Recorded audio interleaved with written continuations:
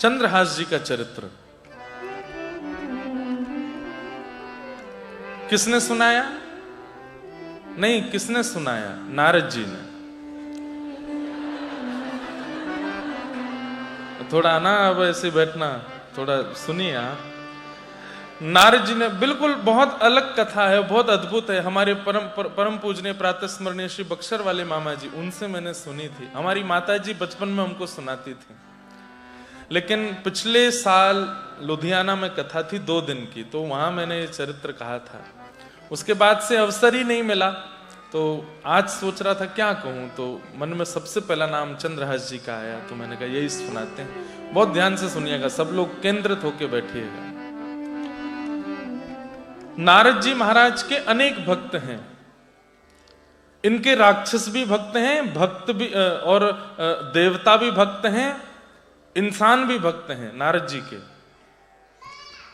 पर नारद जी से यदि कोई पूछता था आपके कितने भक्त हैं, कितने शिष्य हैं, तो नारद जी 3 शिष्यों का नाम लेते थे। और इन तीनों शिष्यों का चरित्र स्वयं नारद जी ने कहा। कितनी बड़ी विशेष बात है कि गुरु की महिमा शिष्य गाता है, पर शिष्य की महिमा गुरु गा रहे हैं। तो सोच लीजिए कि शिष्य किस स्तर का होगा। तो पहला जिसका नारद जी ने चरित्र गाया, ध्रुव जी। भागवत में कथा आती है ध्रुव भक्त की। दूसरा जिनका चरित्र नारद जी ने गाया, श्री प्रहलाद जी। और तीसरा जिनका चरित्र नारद जी बोल रहे हैं, वो है चंद्रहास। और आपको सुनकर के आनंद होगा, इस कथा को सुन कौन रहा है?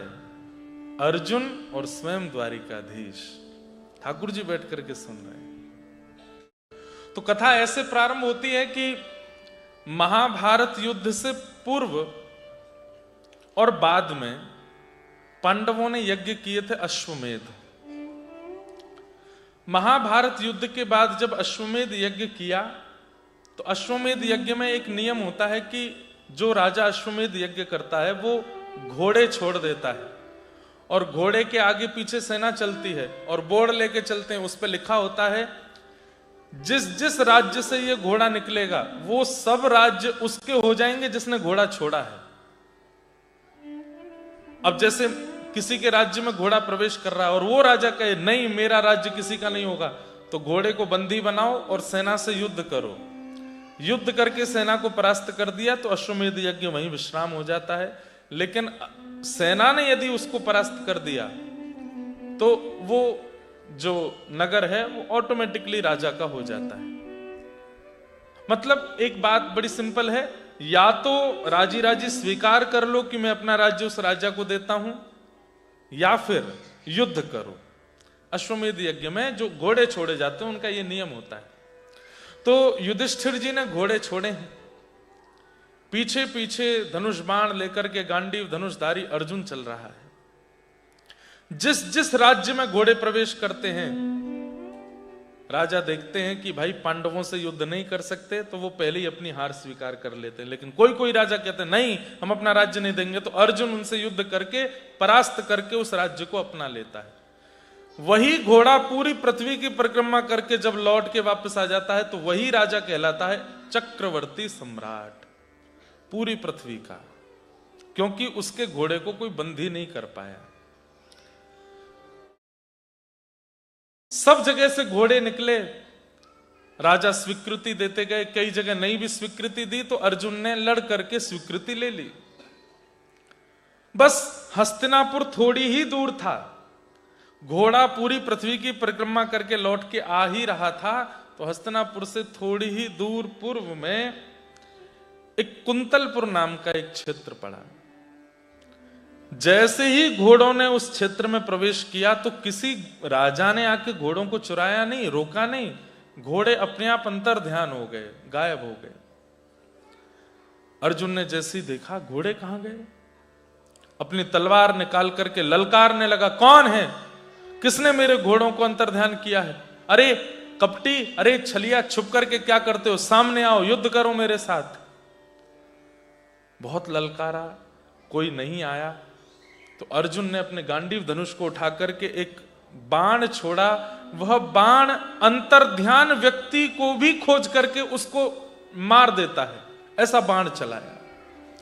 और जैसे ही उस बाण का अनुसंधान करके अर्जुन ने बाण छोड़ना चाहा, इतने में ही आकाश से आकाशवाणी हुई और नारद जी प्रकट हो गए। बोले अर्जुन रुक जाओ, अपना धनुष रख दो, बाण रख दो।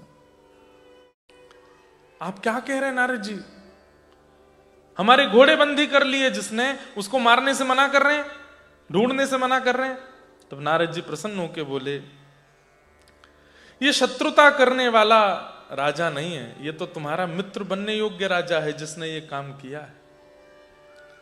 ये कोई और नहीं है, कुंतलपुर नरेश चंद्रहास। बोले चंद्रहास? बोले हाँ, ये मेरा शिष्य है और ये तुम्हारा मित्र बनने योग्य है। तो अर्जुन बोले ऐसी क्या खास बात है उसमें जो मैं उसको अपना मित्र बनाऊं? तो नारद जी कहते हैं कि जैसे तुम कृष्ण भक्त हो, ऐसे वह भी कृष्ण भक्त है। वो ठाकुर जी से प्रेम करता है, ठाकुर जी का बहुत बड़ा प्रेमी है। कृष्ण प्रेमी है, कृष्ण भक्त है, ये बात सुनते ही अर्जुन ने अपने गांडीव धनुष को छोड़ दिया और कहा कि अब मुझे उनसे लड़ना नहीं, अब मुझे मिलना है। बंधुओं, हमारे अष्ट सखा कहते हैं कि ठाकुर जी आपसे प्रेम करते हैं, इसका प्रमाण क्या है? आप ठाकुर जी से प्रेम करते हो, इसके प्रमाण तो बहुत दे देते हो। आप माथे पर तिलक लगा लोगे, नाम जप करने लग जाओगे, वृंदावन वृंदावन गाने लग जाओगे, हर महीने ऑस्ट्रेलिया से वृंदावन जाने, इससे ये प्रमाण हो जाएगा कि आप ठाकुर जी से प्रेम करते हो। कोई भी भारत से कथा वक्ता आते हैं, संत जन आते हैं, वैष्णव जन आते हैं, तो आप इतनी संख्या में पहुंच जाते हो, छुट्टी ले लेते हो, लीव डाल देते हो, इससे प्रमाणित हो जाता है कि आप ठाकुर जी से प्रेम करते हो। लेकिन ठाकुर जी आपसे प्रेम करते हैं, इसका क्या प्रमाण है? तो हमारे अष्ट सखा कहते हैं, जाको मन रसिकन की सेवा, जाको मन रसिकन, सब लोग गा सकते हो,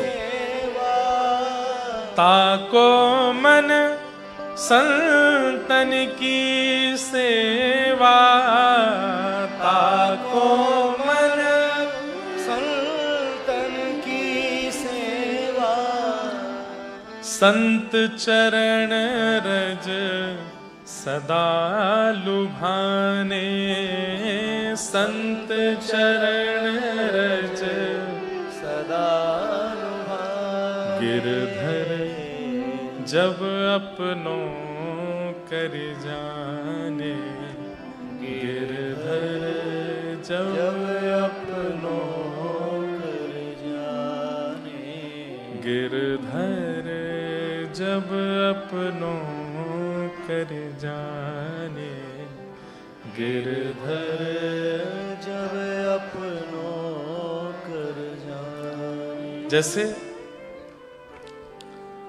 कोई व्यक्ति पहाड़ देख लेता है तो उसके रोंगटे खड़े हो जाते हैं, चिल्लाने लगता है, हो कितना सुंदर कितना सुंदर। कोई समुद्र देख लेता है तो नाचने लगता है, कोई बर्फ देख लेता है, बर्फबारी हो जाए तो खुश हो जाता है, किसी एक्टर को देख लेता है तो खुश हो जाता है, कोई राजनेता को देख लेता है तो खुश हो जाता है। ऐसे ही मेरे नगर में, मेरे शहर में, मेरे देश में कोई वैष्णव आ रहे हैं, ये सुन के जिसके नेत्र सजल हो जाते हैं, हृदय आनंदित हो जाता है और बस वो व्याकुल हो जाता है कि मुझे जाना है, मुझे जाना है, उनसे मिलना है, उनको प्रणाम करना है, उनकी बातें सुननी है, उनको देखना है। ये अपने लिए नहीं बोल रहा हूं मैं, ये मैं सबके, कोई भी आवे आपके देश में, सबके लिए। मैं अपने शिष्यों को भी एक ही आज्ञा देता हूं कि कभी हमारी भी कथा सुनते हो तो किसी और की नहीं सुनना, ऐसा नहीं करना, ठाकुर जी की प्राप्ति नहीं होगी। सब वैष्णवों के प्रति समभाव रखो, प्रेम भाव रखो। ठाकुर जी कहते हैं, मैं जिससे प्रेम करता हूं उसका लक्षण क्या है कि उसको मेरे दूसरे भक्तों से बहुत प्रेम होता है। जैसे लोभी व्यक्ति को पता चल जाए कि इस नगर में कोई बहुत बड़ा धनवान रहता है तो वो उसके पीछे ही पड़ा रहता है। कामी व्यक्ति को पता चल जाए कि कोई बहुत सुंदर रहता है तो वो उसके पीछे पड़ा रहता है। ऐसे ही भक्त जब पता चल जाए कि यहां कोई वैष्णव है, उसके पीछे ही पड़े रहे हैं, भैया आप कुछ कुछ सुना दो, हमें कुछ प्रसादी दे दो, कुछ कथा करा दो, कुछ कुछ तो कराओ। ठीक है, ये तो हमारे जीवन का सौभाग्य है या दुर्भाग्य, हमें नहीं पता। यहाँ पड़े हैं, कमा रहे हैं, कर्म बंधनों में लगे हैं, लेकिन बस आत्मा की इच्छा होती है कि बस हरि नाम, हरि गुण, राधा नाम, राधा गुण सुना दो कोई। उसके लिए व्याकुलता चित्त में रहती हो, बेचैनी रहती हो, जैसे प्यासे को पानी की होती है, ऐसे कोई वैष्णवों से मिलने के लिए बेचैन रहता हो। ठाकुर जी कहते हैं मैं उससे प्रेम करता हूं, वो मेरा प्रेमी। गिरधर जब अपनों कर जाने, ठाकुर जी अपना कर लेते हैं, कब जानो? बोले ताको मन भक्तन की सेवा, मेरी सेवा एक बार को छोड़ देगा, पर मेरे भक्तों की खूब रज रज के सेवा करेगा। संत चरण रज सदा लुभाने, भगतन में मति भगतन में गति, हरि उर संगे हरिजन संगे हरि उर आने, गिरधर जब अपनों कर जाने, गिरधर जब अपनों कर जाने। जब आपके ब्रिस्बेन में, गोल्ड कोस्ट में, लोगन में, ऑस्ट्रेलिया में, अरे मैं कहता हूं कोई मेलबर्न आया, आप जा ही नहीं पा रहे, लेकिन आपके देश में तो कोई आया, अपने घर पर बैठे बैठे ही नेत्र सजल करके गा लिया करो। चौक पुराओ माटी रंगाओ, आज मेरे पिया घर हेरी सखी मंगल गाओ रे, धरती अंबर सजाओ रे, हेरी सखी मंगल गाओ रे, धरती अंबर सजाओ रे, उतरेगी आज मेरे पी की सवारी, उतरेगी आज मेरे पी की सवारी। हे अरी कोई काजल लाओ रे, मोहे काला टीका लगाओ रे, उनकी छब से दिखूं मैं तो प्यारी, उनकी छब से देखूं मैं तो प्यारी प्यारी। लक्ष्मी जीवारो नजर उतारो, आज मेरे पिया घर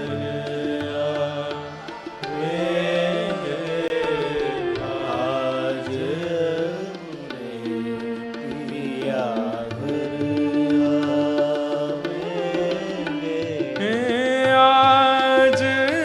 मेरे पिया घर आवेंगे, आज मेरे पिया घर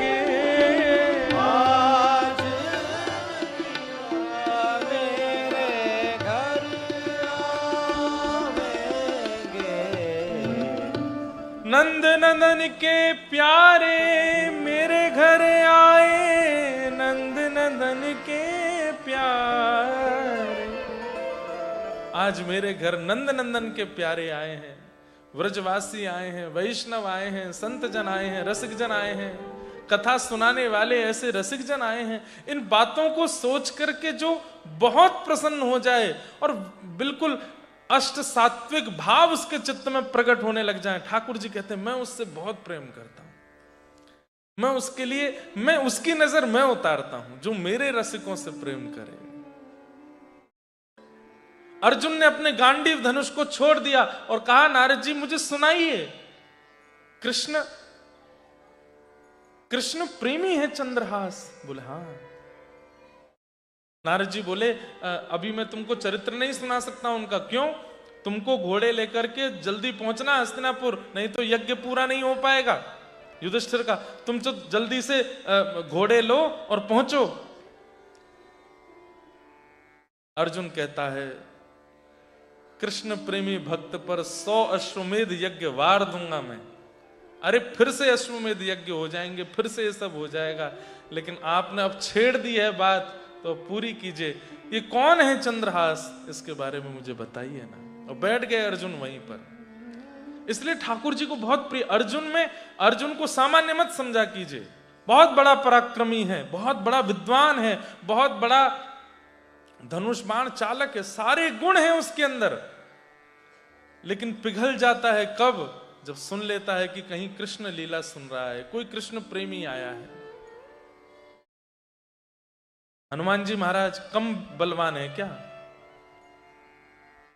अष्ट सिद्ध नवनिध के असवर दीन जानकी, राम रसायन तुमरे सदा रहो रघुबर के, तुमरे भजन जन्म जन्म के। लेकिन ऐसे हनुमान जी के लिए क्या कहा जाता है? प्रभु चरित्र सुनवे को रसिया। रसिया का मतलब जानते हैं? जो रस में डूब करके श्वास लेने भी बाहर ना आता हो, उसी में ही डूबता ही रहता हो, उसको रसिया बोलते हैं।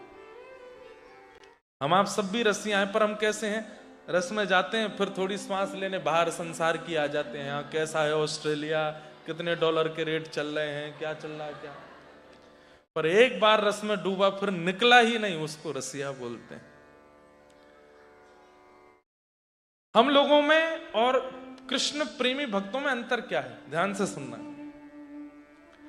हम लोग भक्ति तो हमारी छुपी रहती है, गुण प्रधान रहते हैं। गुण प्रधान मतलब मैं धनवान हूं, मैं संपत्तिवान हूं, मैं पत्नीवान हूं, मैं बच्चावान हूं, मैं ये हूं, मैं वो हूं, मैंने ये डिग्री हासिल की है, मैं इतनी मेहनत करके ऑस्ट्रेलिया में शिफ्ट हुआ हूं, मैं इतना परिश्रम करके आज।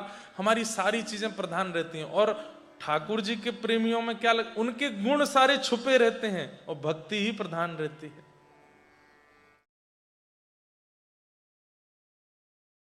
ये क्या है? हैं? गाड़ी की नंबर प्लेट?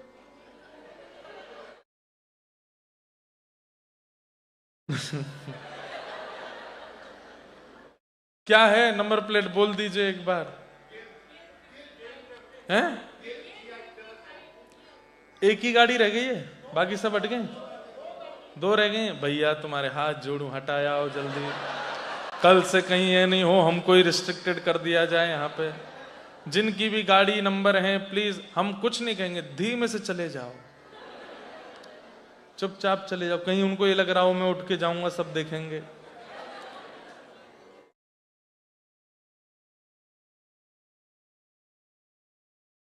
क्या बता रहा था मैं? रसिया। जैसे ठाकुर जी को भी होरी के रसिया। होरी के रसिया मतलब सदा रंग में ही बैठो रे, सदा रंग लगावे में ही राजी रहे, सदा खेलवे को तैयार रहे, सदा एक दूसरे को पकड़ पकड़ करके और आनंद करवे को तैयार रहे। वाकू के होरी को रसिया। अर्जुन कहने लगे नारद जी मुझे अब और कुछ नहीं सुनना है, अब अश्वमेध यज्ञ होता रहेगा, आप तो मुझे इस परम भक्त चंद्रहास का चरित्र सुना। नारद जी बैठ गए। सब लोग ध्यान से सुनिए, इधर देखो, शांति बनाए रखो। जो बोलेगा उसको बगल वाले की सौगंध है, इसलिए सब शांत रहो। कोई बोले तो खुद कोहनी मार के ना, ये भाई शांत हो जाए, कथा चल रही है। 2 ही दिन के लिए आए हैं ना, थोड़ा टाइम वेस्ट मत करो, सुन लो जल्दी। नारद जी ने जैसे ही कथा कहना प्रारंभ किया, तभी एक दिव्य तेज प्रकट हुआ। अर्जुन देखने लगे, नारद जी देखने लगे, ये क्या हो रहा है। और तभी क्या देखते हैं, उस दिव्य तेज के शांत होते ही मोर मुकुट वंशी धारी, शंख चक्र गदा पद्मधारी श्री द्वारिकाधीश वहां प्रकट हो गए। और प्रकट होकर के दौड़ करके आए, अर्जुन के बगल में अपना आसन लगाया और आकर के बैठ गए। तो नारद जी बोले जय जय प्रणाम। अर्जुन प्रणाम, आप यहां क्या कर रहे हैं? बोले भाई देखो, मेरी कथा भागवत सुनने का अधिकार पूरे विश्व को है, पर भक्त कथा तो मैं सुनता हूं, मेरे भक्तों की लीला तो मैं सुनता हूं, मेरे आए बिना शुरू नहीं होती है। ठाकुर जी आकर के आसन लगा करके बैठे हैं और नारद जी से कह रहे, नारद जी अब सुनाओ। कृष्ण और अर्जुन दोनों बैठे हैं और नारद जी अपने शिष्य चंद्रहास का चरित्र सुना रहे हैं। बहुत ध्यान से सुनिएगा सब लोग। केरल देश में, मतलब हमारे इंडिया के साउथ में केरला है, वहां के एक राजा थे और उन राजा के पुत्र थे चंद्रहास। चंद्रहास जी की अवस्था अभी 3 वर्ष की हुई। बहुत परिश्रम से, आशीर्वाद से, देवताओं की कृपा से तो चंद्रहास का जन्म हुआ। 3 वर्ष की अवस्था थी। बहुत सुंदर थे देखने में चंद्रहास, बचपन से ही बिल्कुल गोरे चिट्टे, लाल लाल गाल, कमल जैसे नेत्र, ऐसी सुंदर नासिका, ऐसे सुंदर ओष्ठ, घुंघराले केश। इनके पिता केरल देश के राजा और मां वहां की महारानी।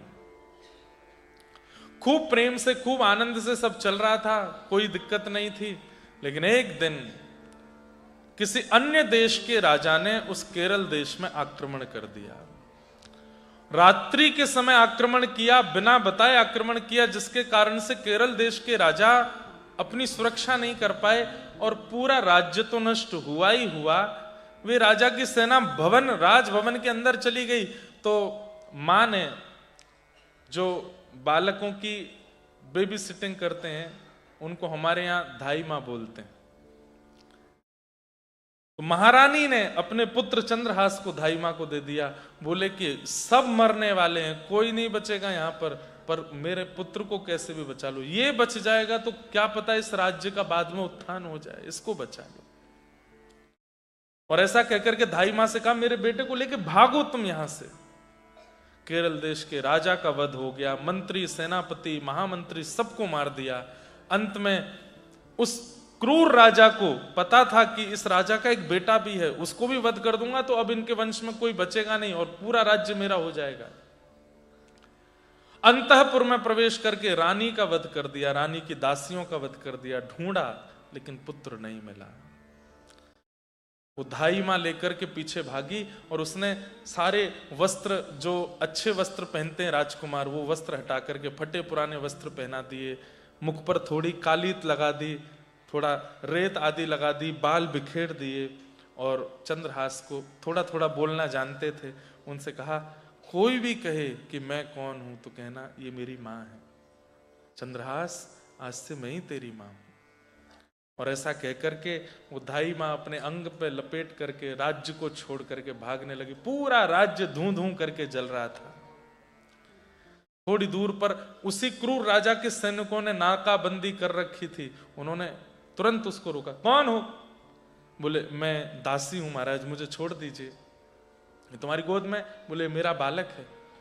बालक की स्थिति देखी तो रूप रंग वस्त्र देख करके लग रहा था कि ये इसी का ही बेटा होगा, दाई मां का बेटा है। उससे पूछा, ये कौन है तुम्हारी?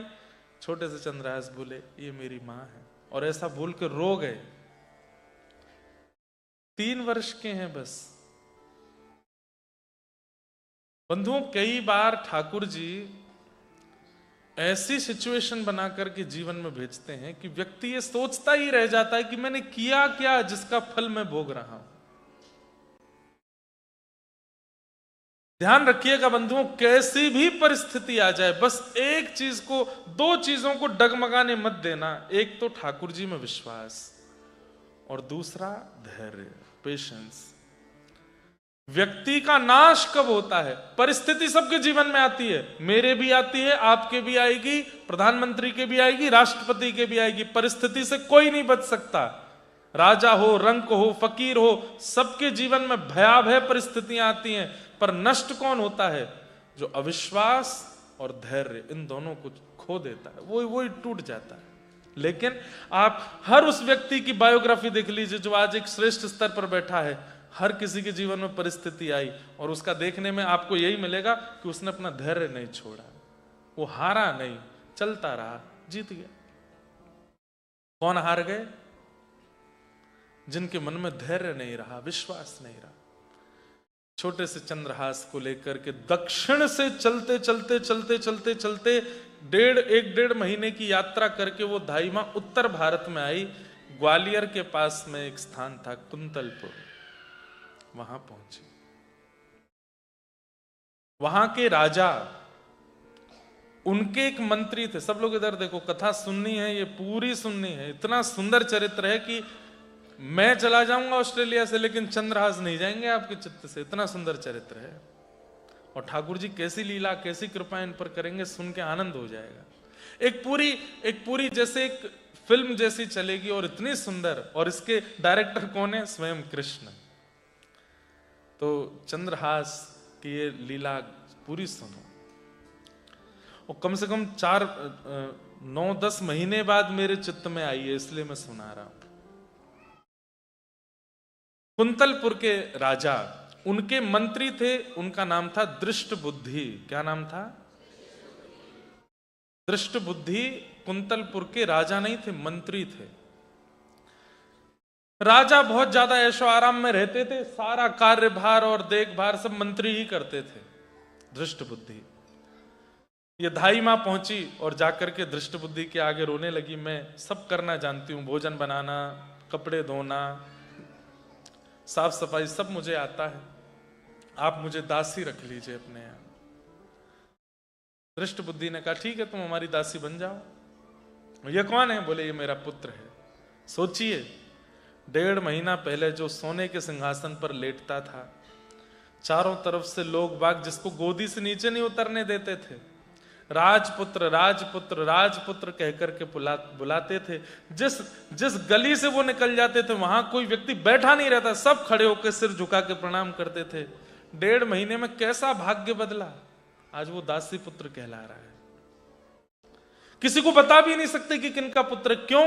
कहीं किसी क्रूर राजा से उनका संपर्क हुआ और बता दिया, क्योंकि वो क्रूर राजा तो ढूंढ रहा है कि कहां है वो राजकुमार। ये मेरा पुत्र है। अच्छा, दासी पुत्र है? बोले हाँ ठीक है। और वो धाई मां वहीं पोंछा करती है, बर्तन करती है, काम करती है, फिर जो मिलता है बच्चा कुचा जो मिलता है वो खाती है। पहले पुत्र को खिलाती है, फिर स्वयं खाती है।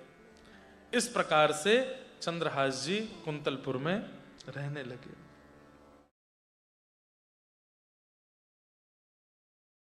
लेकिन सब कुछ सीधा सीधा नहीं चलता भक्त के जीवन में। अब चंद्रहास जी की उम्र लगभग 5 वर्ष की हो गई। कोई नहीं है इनका, माता पिता भाई बंधु परिवार संबंधी सब जा चुके हैं, केवल धाई मां के पास थे। 5 वर्ष के दासी पुत्र हो गए। इनको कोई चंद्रहास के नाम से नहीं जानता, सब दासी पुत्र ही बोलते हैं कुंतलपुर में। बच्चों के साथ बाहर खेलते रहते हैं, प्रतीक्षा करते रहते हैं। कोई बालक आता है तो उसको जाके बोलते हैं मेरे साथ खेलोगे, तो उसके साथ खेलते हैं।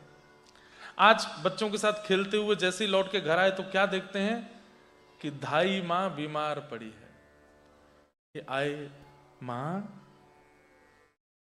जैसे ही बोला मां तो धाई मां के नेत्र खुले और हाथ पकड़ करके कहा मुझे क्षमा कर दो, तुम्हारी माँ भी चली गई, पिता भी चले गए, राज्य भी चले गए, सब चले गए, अब मैं भी जा रही हूं, मैं नहीं बच पाऊंगी, मुझे बहुत गंभीर बीमारी हो गई है, तुम कैसे रहोगे, किसके सहारे रहोगे, कौन है तुम्हारा इस संसार में।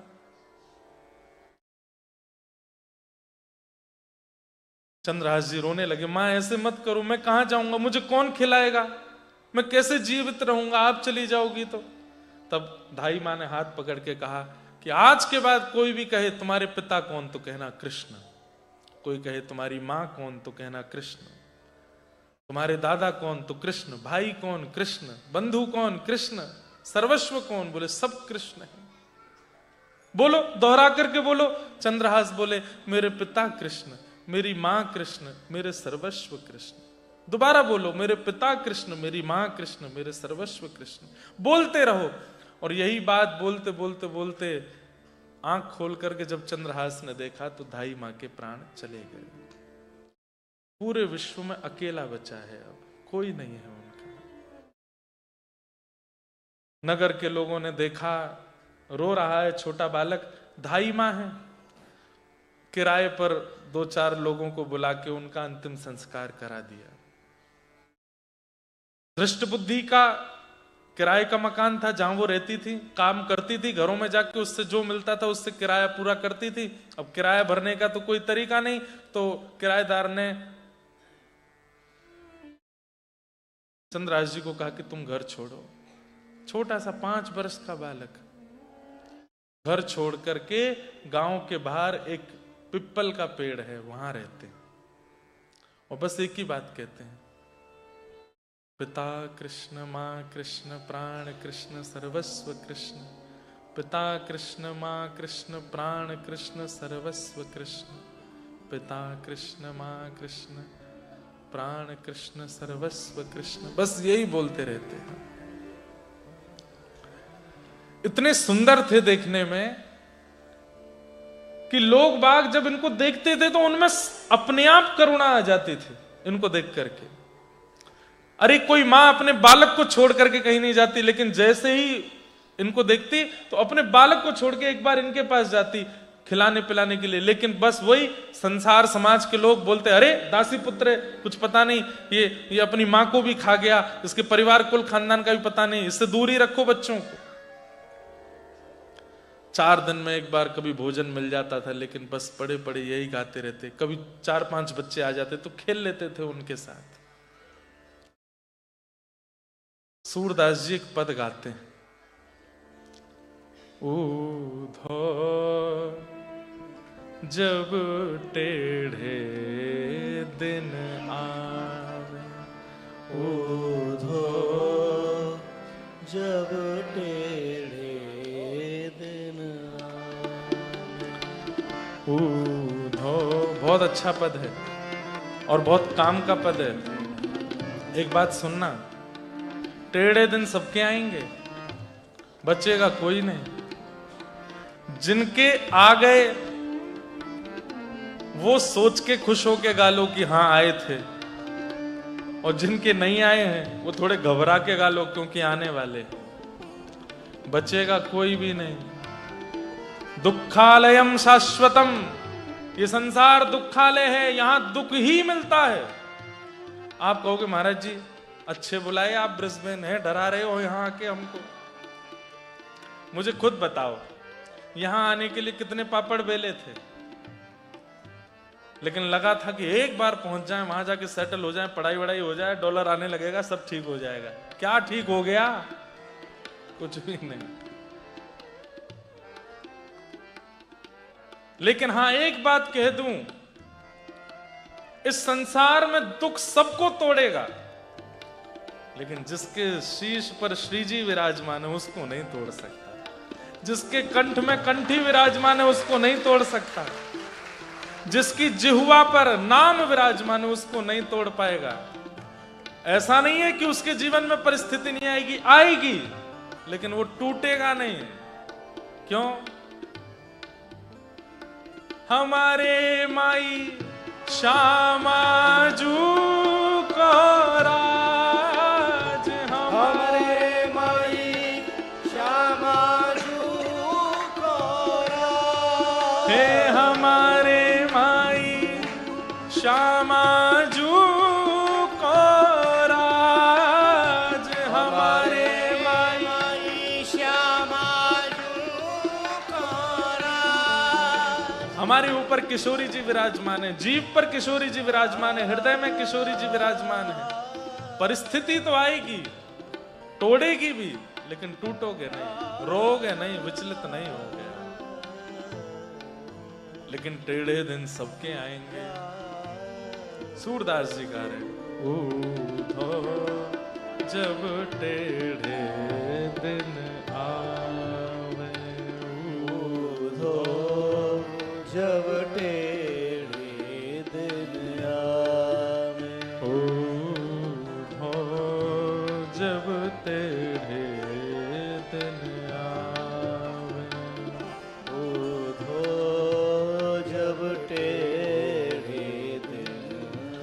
जब टेढ़े दिन आवे,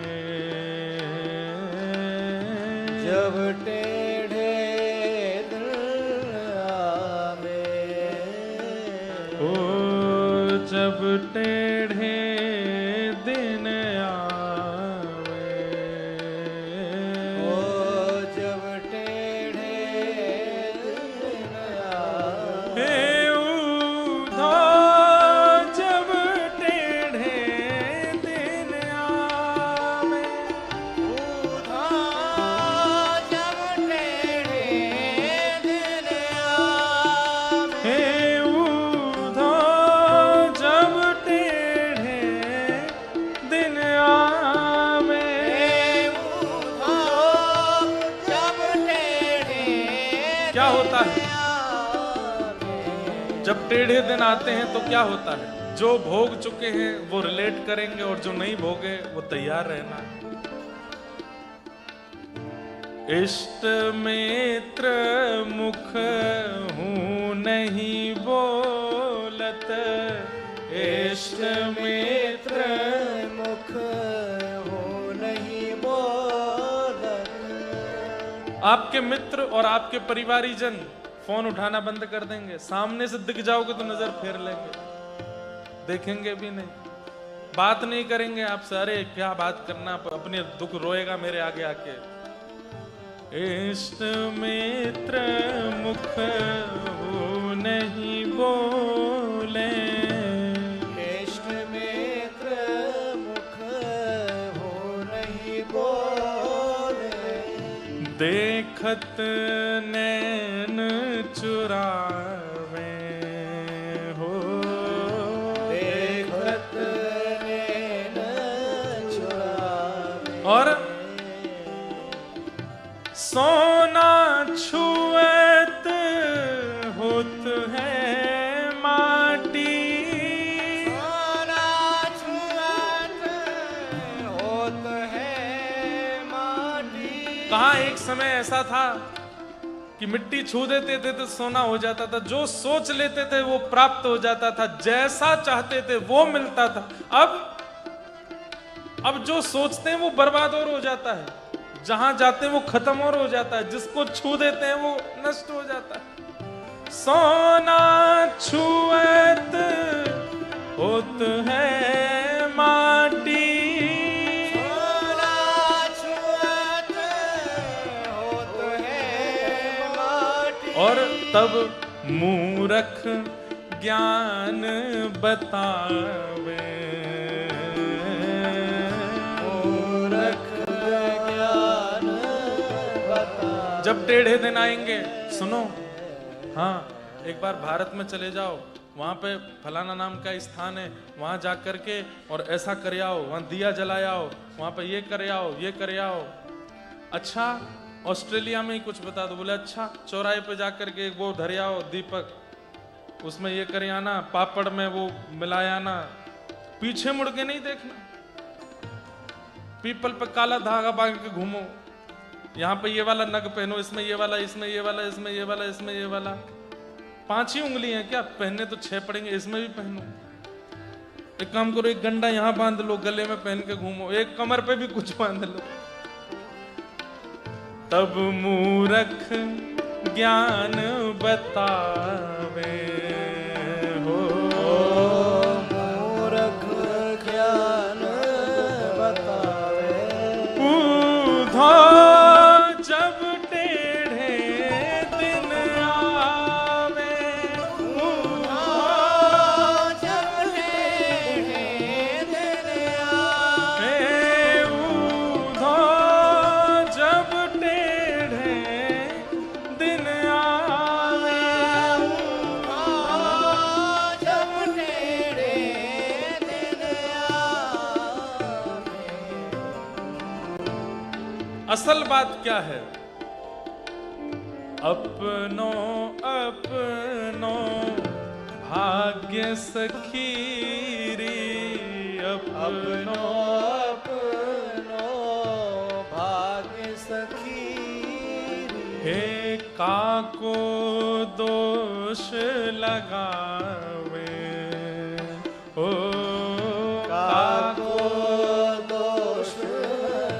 अरे मेरा तो 1 मिलियन का फायदा होने ही वाला था, ये रमेश आ गया बीच में, उसने आकर के ये टांग अड़ा दी, तभी मेरा काम रुक गया। मेरा तो ये काम हो ही जाना था, मेरी पत्नी ने रोक दिया मुझको, मेरा तो ऐसा हो ही जाना था, पर ये हो गया। ये हम कार्य बिगड़ जाने के बाद, हारने के बाद, अनुपलब्धि प्राप्त करने के बाद में फिर सोचते हैं किसके कारण हुआ। अरे कभी खुद के लिए नहीं सोचा कि तुम ही अयोग्य हो, नहीं हो पाया तुमसे, इसकी वजह से नहीं हुआ, ये मैंने कह दिया था तो नहीं हुआ, ये नहीं हुआ।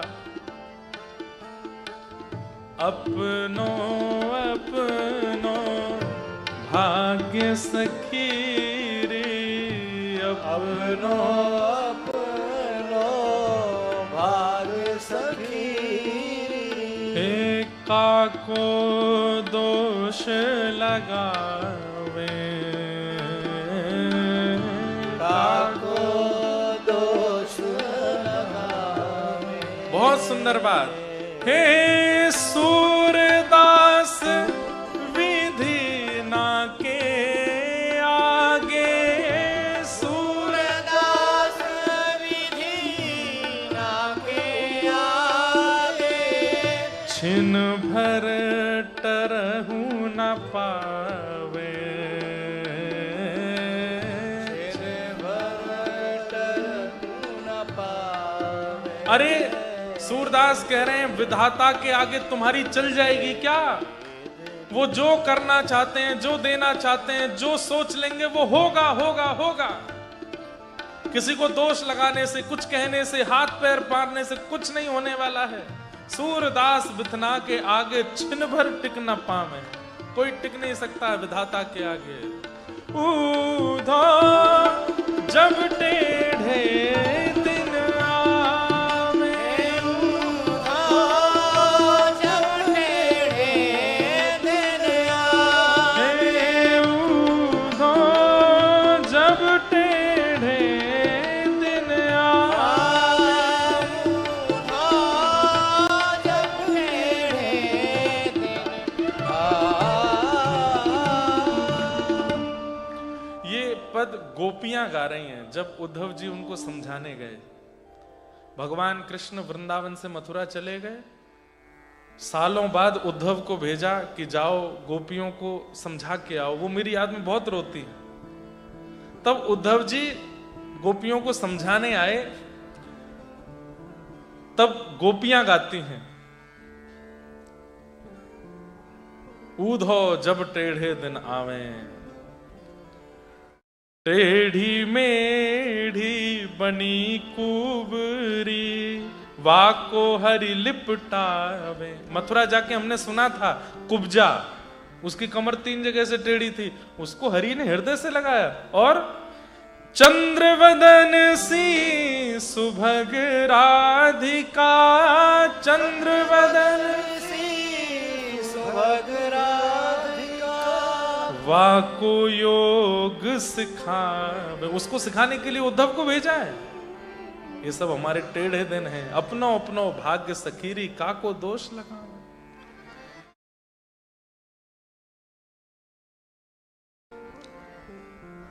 चंद्रहास जी अकेले हैं, कोई दे जाता है तो खा लेते हैं, नहीं तो पड़े रहते हैं। प्राण कृष्ण, जीवन कृष्ण, सर्वस्व कृष्ण, मां कृष्ण, पिता कृष्ण। इतने सुंदर हैं चंद्रहास जी की सबको लगता है कि इसके माता पिता कैसे नहीं होंगे। अब कोई नया व्यक्ति आता, अरे बालक यहां कहां घूम रहे हो, तुम्हारे पिता कहां हैं? पिता कौन? मेरे पिता कृष्ण। अच्छा, मां कौन है? बोले मां भी कृष्ण। घर बार कहां है तुम्हारा? बोले सर्वस्व कृष्ण है। ऐसी बात बोलते तो गृहस्थी लोग तो छोड़ के चले जाते, पर कभी संत महात्मा साधु आ जाते, जब ये बात सुनते तो फिर उनको अपने झोले में से कुछ निकाल के खिला देते, थोड़ी देर अपने पास बैठा लेते, वस्त्र पहना देते, कभी अपने कमंडल से जल पिला देते, उनको करताल दे देते, बजा के कीर्तन कराते। चंद्रहास जी का ऐसा स्वरूप। जब कोई नहीं मिलता था तो प्राण कृष्ण, जीवन कृष्ण, मां कृष्ण, पिता कृष्ण ऐसा कहकर के बोलते थे। एक दिन आकाश मार्ग से श्री नारद जी महाराज जा रहे थे और तभी नारद जी ने देखा कि एक पीपल वृक्ष के नीचे छोटा सा बालक पिता कृष्ण मां कृष्ण जीवन कृष्ण से ऐसा बोल रहा है। एक बात याद रखिएगा बंधुओं, हमारे गुरु ने हमको तिलक दिया, हमारे गुरु ने हमको मंत्र दिया, हमारे गुरु ने हमको विधि दी। अब गुरु जी तो देके चले गए, शिष्यगण क्या करते हैं, कुछ दिन उस नियम का पालन करने के बाद फिर भूल जाते हैं, फिर नहीं करते, मंत्र भी नहीं करते, तिलक भी धारण नहीं करते, नियमों का पालन भी नहीं करते। इन सब का अपराध गुरु जी को लगता है। हमको तो कभी कभी छींक आती है तो मुझे लगता है आज कोई वैष्णव बालक ने तिलक नहीं लगाया होगा। कभी कभी सिर दर्द होता है, मैंने कहा अरे भाई कौन क्या खा रहा है।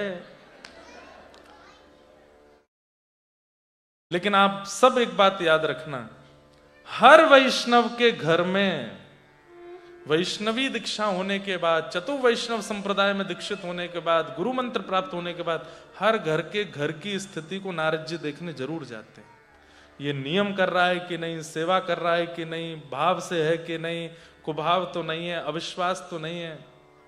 और जब नारद जी देख लेते हैं नित्य नियम से रहता है, नित्य भाव से रहता है, सब कुछ बहुत बढ़िया है, सेवा भी बहुत बढ़िया चल रही है, अपना काम भी संभाल लेता है, सेवा भी संभाल लेता है, भोग प्रसादी भी एक नंबर चल रही है, तब नारद जी ही ठाकुर जी की तरफ जाकर के उसकी फाइल लगाते हैं, इससे मिलो, बहुत अच्छा है, आपका नाम गाता है, खूब सेवा करता है, नित्य तिलक धारण करता है, नित्य इतने कठिन ऑस्ट्रेलिया देश में रहने के बाद भी आपका नाम नहीं छोड़ता है, ऐसे सुंदर सुंदर पकवान बनाता है। नारद का मतलब कौन, जिनकी बात को भगवान भी रद्द ना कर सके, वो है नारद। नारद जी ही आपकी फाइल पहुंचाते हैं, फिर ठाकुर जी मन बना के आप पर कृपा करने आते हैं। चाहे भक्तिमती मीराबाई हो, सूरदास हो, कुंभनदास हो, सबके वार्ता नारद जी ने ही ठाकुर जी से जाके कही। इसलिए वैष्णव होने के बाद में डरा कीजिए, कोऑर्डिनेटर राउंड पर घूमते रहते हैं।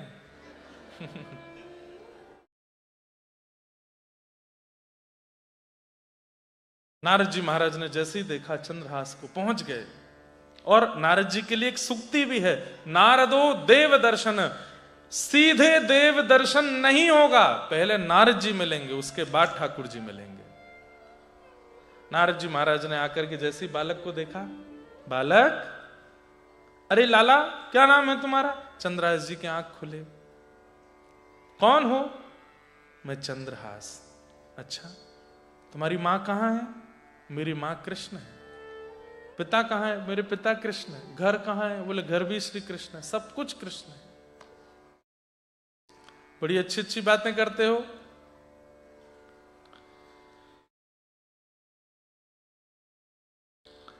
नारद जी महाराज प्रसन्न हो गए और चंद्रहास के पास बैठ करके उनके सारे लक्षणों को देख करके मन बना लिया नारद जी ने कि तो ठाकुर जी का परम अधिकारी है। बालक, जिन कृष्ण का तुम नाम ले रहे हो, मिलना चाहते हो उनसे? बोले हाँ, मैं मिलना चाहता हूं। इधर आओ, उसके लिए थोड़ा प्रयास करना पड़ेगा। क्या? मैं मंत्र दूंगा, उस मंत्र का गान करना पड़ेगा, और मैं सेवा दूंगा, ठाकुर जी की सेवा करनी पड़ेगी।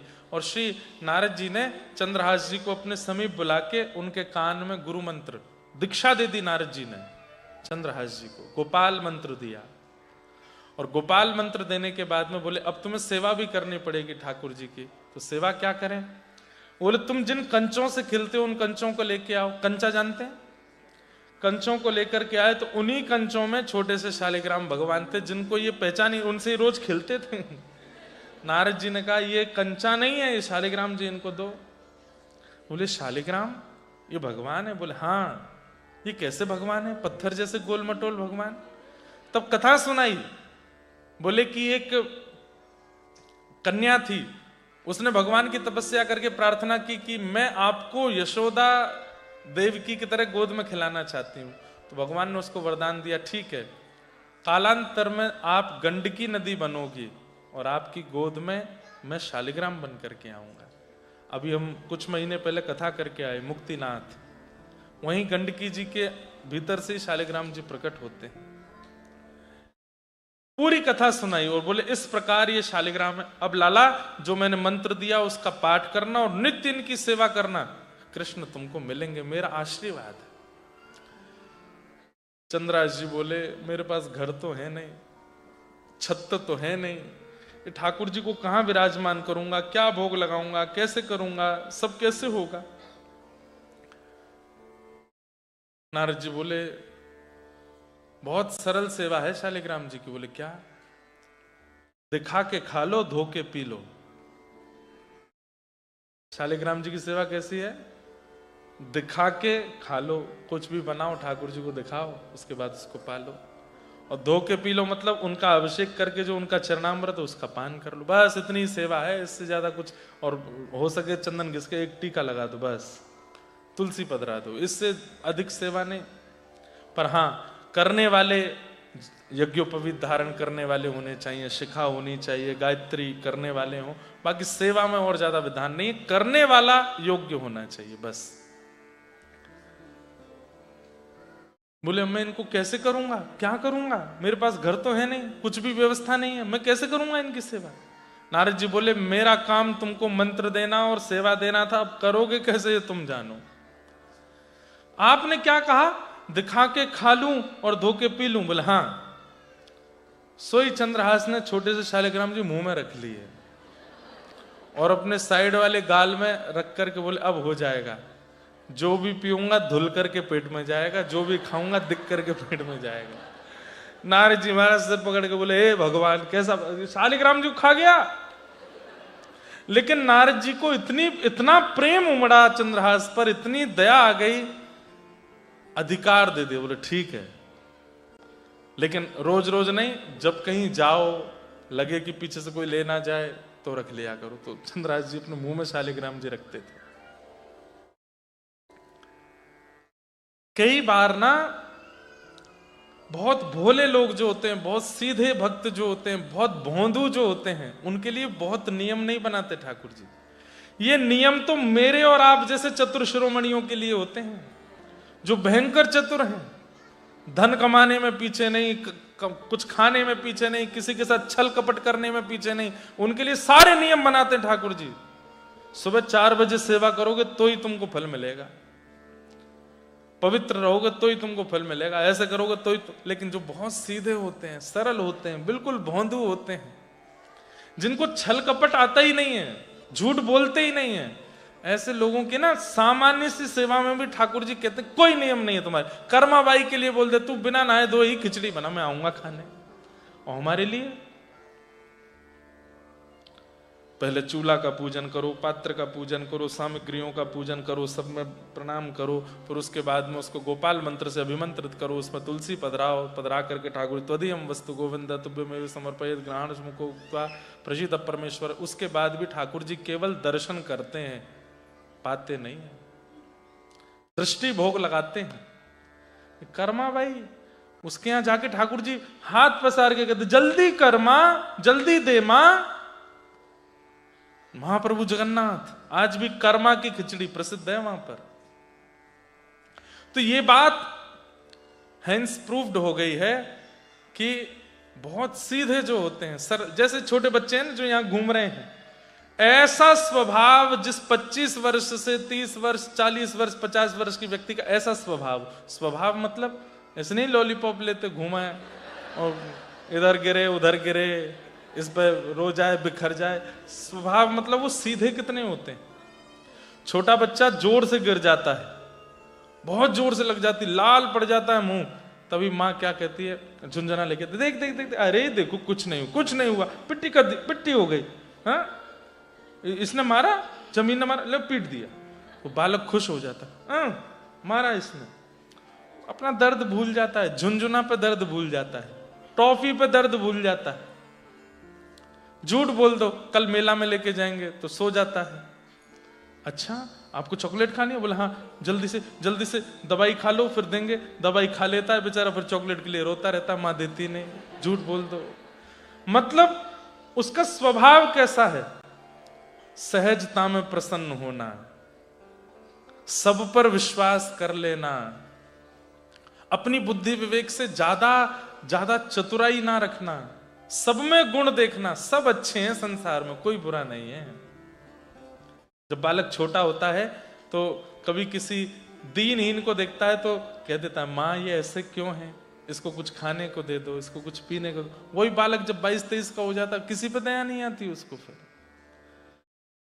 मतलब जिनके स्वभाव में बालवत प्रीति है उनके लिए कोई नियम नहीं है संसार में, वो कुछ भी कर सकते हैं। पर मेरे आप जैसे चतुर जब हो जाते हैं तो ठाकुर जी फिर नियमों में ही हमको देखते हैं। नियम करेगा तो मैं मिलूंगा, नहीं तो नहीं मिलूंगा। चंद्रहास जी मुंह में रखते हैं शालिग्राम जी को। अब कंचों का ही एक सुंदर सिंहासन बना लिया, उस पर ठाकुर जी को रखते हैं। कभी वहीं घरों में चले जाते हैं, बोले मुझे 2 रोटी दे दीजिए। मैं अपने लिए नहीं मांग रहा हूं, अपने ठाकुर जी के लिए मांग रहा हूं। तो घर की माताएं बोलती कहां है तेरे ठाकुर जी, लेके जाते छोटे से शालिग्राम भगवान। बोले कुछ दिन तक पहले तक तो इनसे खेलता था, अभी तेरे भगवान हो गए। बोले मेरे को नहीं पता था, गुरुदेव ने मेरे नेत्र खोल दिए। आप रोटी दे दो, मैं भोग लगा के आपको ही दे जाऊंगा, मैं नहीं पाऊंगा। रोटी दे देते तो ठाकुर जी का भोग लगा के वापस उनके घर में करने जाते। बोले आपका भोग लग गया, आप लोग पा लेना। वो दया करके कहते अरे अब तू ले जा, 2 रोटी तो हैं, तू खा लेना। ऐसे चंद्रहास जी जीते हैं।